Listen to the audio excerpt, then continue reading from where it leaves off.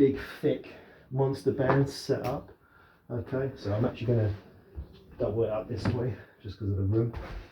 So what I'm going to do, I'm going to get you can use a foam roll, or you can use some sort of bolster, maybe even a rolled up towel.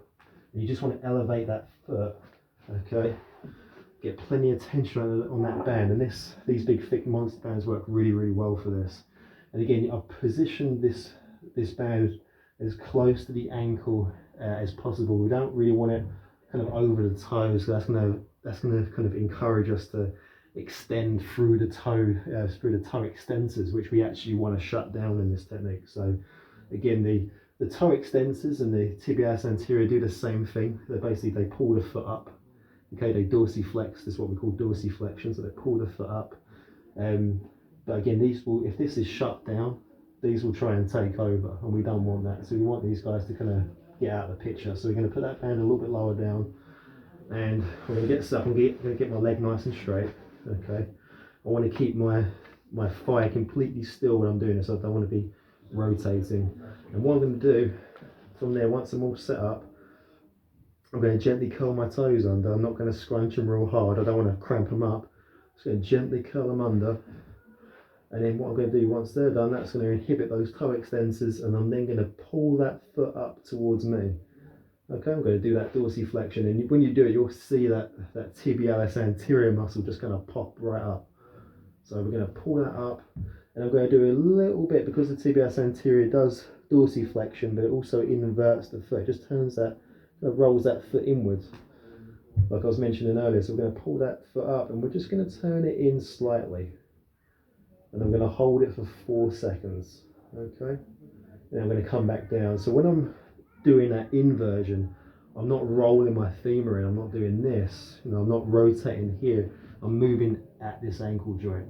Okay, so I'm coming up, and again, I'm just going to move in at the ankle. Okay, and that's it. This is all completely straight. I'm going to hold it for 4 seconds, and I'm going to come back down. So again, I'm going to get my toes under. I'm going to pull it up, turn it in, hold it, 1, 2, 3, 4, come back down, pull it up and hold it, keep it there, 1, 2, 3, 4, come back down, and again pull back up. I'm going to just do a little bit of inversion. I'm not doing a lot. I'm not trying to again roll that leg in, keeping it there, and then you're going to feel that muscle burn up real quick. It's going to be on fire by the end of it. And again, I'm going to come back down again. Again, I'm going to do this for, anywhere really from 12 to 20 reps. I'm going to do that same tempo. I'm going to come up for 2 seconds. I'm going to hold for 4. We hold for 4 seconds, so we can get, hopefully you guys have done your mobility routine before you've done this. You've done your, your calf release, which you can see in previous videos. You've done your ankle mobilization. You've done your calf stretch. And again, got videos on all of those, all in previous videos, and by the time you've done that, so you've done that mobility portion, you can then do this activation technique. And again, we want to hold it for 4 seconds so we can get strong in that new range of motion we've just got from our mobility techniques we did prior to this exercise.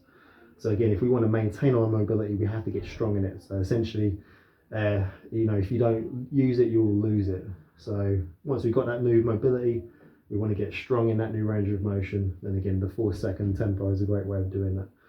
So there you guys go. That's the equipment-based tibialis anterior activation.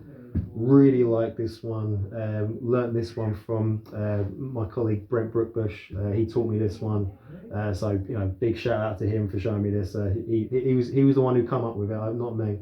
He came up with this one. Really good technique. So big shout out to Brent on that one. Yeah.